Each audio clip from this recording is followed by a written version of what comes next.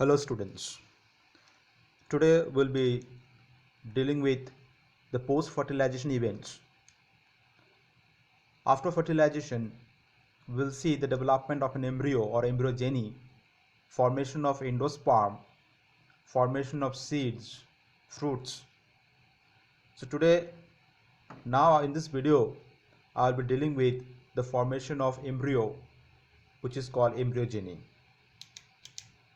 Students, if you look at this figure A and B and compare, you will obviously find some differences. Yes and no.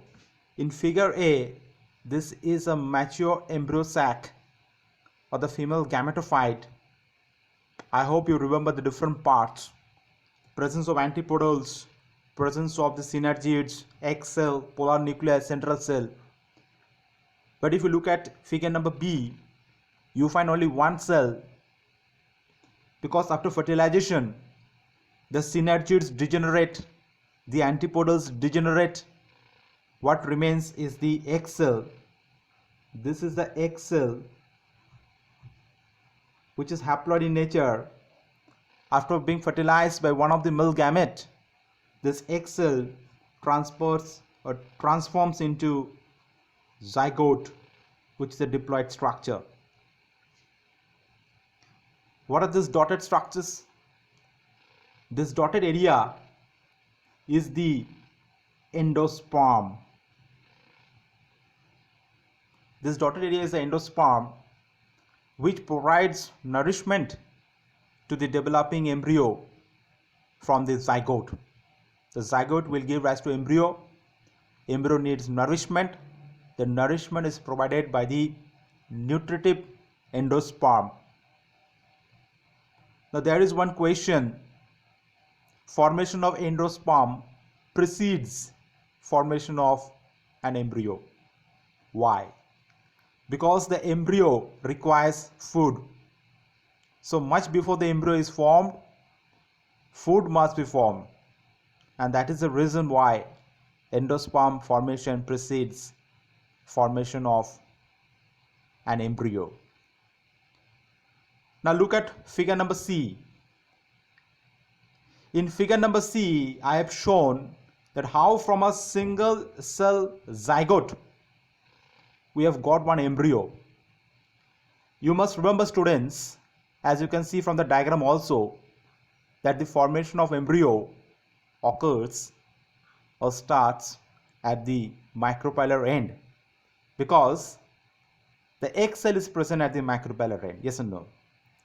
So here we have seen that a much bigger multicellular embryo has been formed at the micropylar end inside the embryo sac.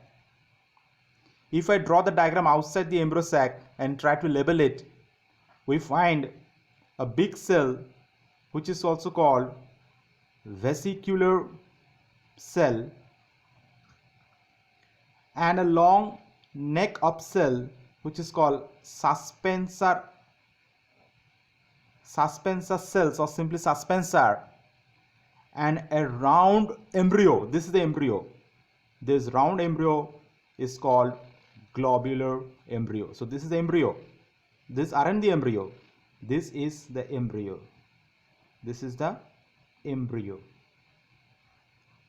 Such a shape of embryo is called globular embryo. You can point out the function of suspensor. The suspensor, which consists of 6 to 8 cells, it pushes the embryo into the food-laden endosperm.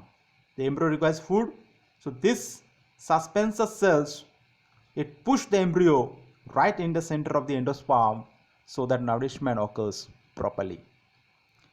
Now this is the globular embryo or globular stage. If we look at figure number D, what can you see? This globular structure has taken the shape of an heart. I've drawn the diagram outside here. The globular structure has taken the shape of an heart, hence this is called heart-shaped embryo. This structure is the embryo, heart-shaped embryo. This remains the same. The suspensor cells and the vesicular cell. Vesicular cell is also called hostorium.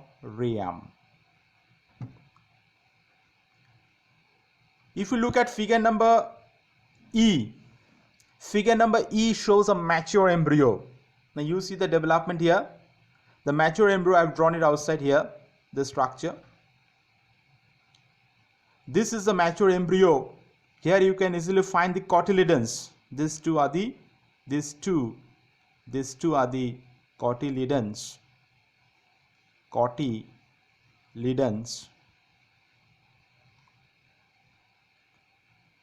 You can find two cotyledons, hence you can easily guess that this embryo is of, yes, obviously it's of a dicot embryo.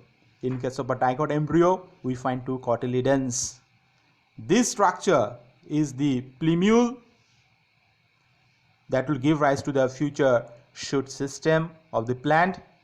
At the end rises the radicle that will give rise to the root system of the plant. In another video, I will be dealing with the structures of monocot and dicot embryo. But here, in the process of embryogeny, we have seen ultimately how from a single cell zygote we get one globular embryo, then an heart-shaped embryo, since this looks the shape of an heart-shaped embryo, and then a mature embryo consisting of cotyledons. Now, in some cases, as the embryo develops, it uses up the food-laden endosperm. In such case, endosperm is not present within the seeds. Those are called albuminous seeds. And the second one, where even after the complete development of the embryo, endosperm is present, such seeds are called albuminous seeds. Albuminous seeds are also called non-endospermic seeds. Non-endospermic seeds, and albuminous seeds are also called endospermic seeds. We'll be talking about this in another video. So I hope you have understood, students, the process of embryogeny or the development of an embryo in a dicot plant. Thank you.